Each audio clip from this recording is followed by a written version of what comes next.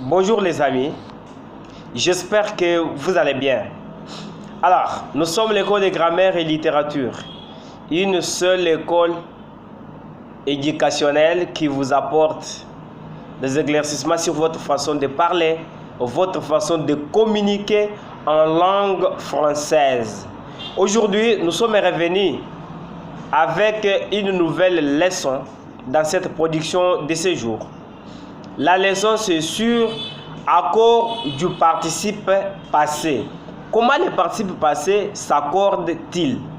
Nous avons trois règles. La première règle, c'est l'accord du participe passé seul, sans auxiliaire. Deuxième règle, c'est l'accord du participe passé avec l'auxiliaire être.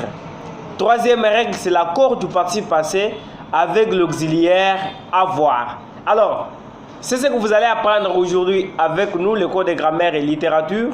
Si vous ne vous êtes pas encore abonné, c'est le temps pour vous de vous abonner et de partager aussi cette émission aux autres pour que vous ne soyez pas égoïstes, car nous voulons que tous ayons le même savoir en matière de communication française. Alors, nous commençons.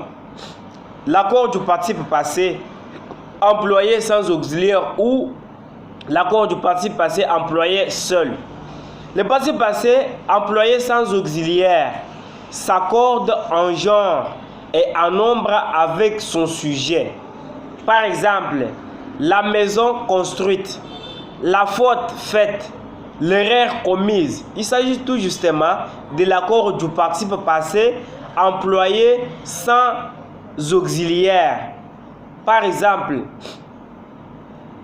les garçons confus, la fille confuse, les termes concis, l'addiction concise.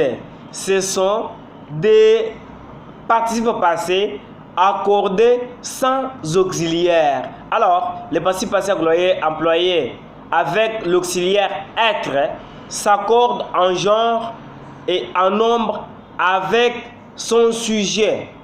Par exemple, ils se sont dit des choses. Ils étaient tous sauvés.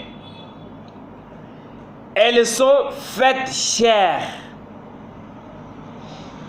Les participes passés, la troisième règle, c'est les participes passés, les participes passés employés avec l'auxiliaire avoir. Ici, les participes passés employés avec l'auxiliaire avoir s'accordent en genre et en nombre avec les compléments d'objet direct si celui-ci le précède.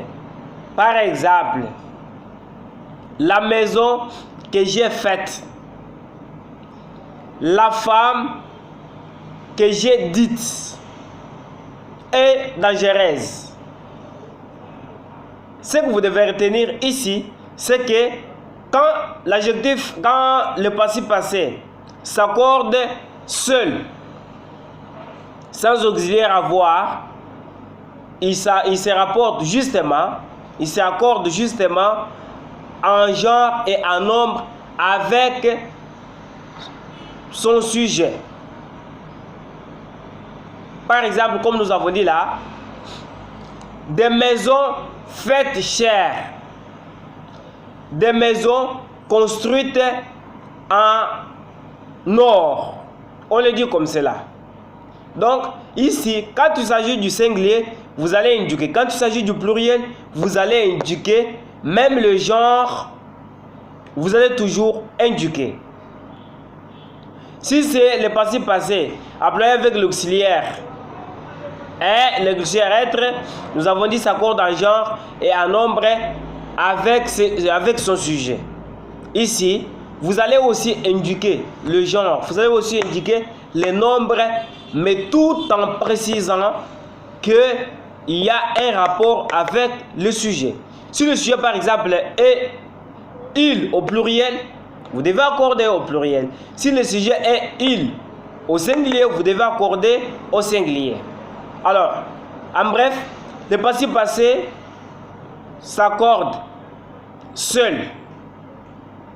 Le participe passé s'accorde avec l'auxiliaire avoir Le passé passé s'accorde aussi avec l'auxiliaire être. Alors que vous avez appris aujourd'hui avec nous comment accorder les passifs passés. Quand l'employé est seul, il s'accorde en genre et en nombre avec le mot auquel il se rapporte. Avec l'auxiliaire être, s'accorde en genre et en nombre avec son sujet. Avec l'auxiliaire avoir, s'accorde en genre et en nombre avec le complément d'objet direct si celui-ci les précède. Alors que vous avez appris avec nous, restez connectés, abonnez-vous et partagez cette émission aux autres. Nous produisons chaque jour une nouvelle production vous apportant des éclaircissements sur votre façon de parler, sur votre façon de communiquer. Alors, vous n'avez plus le droit de dire, par exemple, les activités ont-elles les reprises? Non, c'est faux et archi faux. Il faut dire, les activités ont-elles repris? Là, il s'agit de l'accord du participe passé employé avec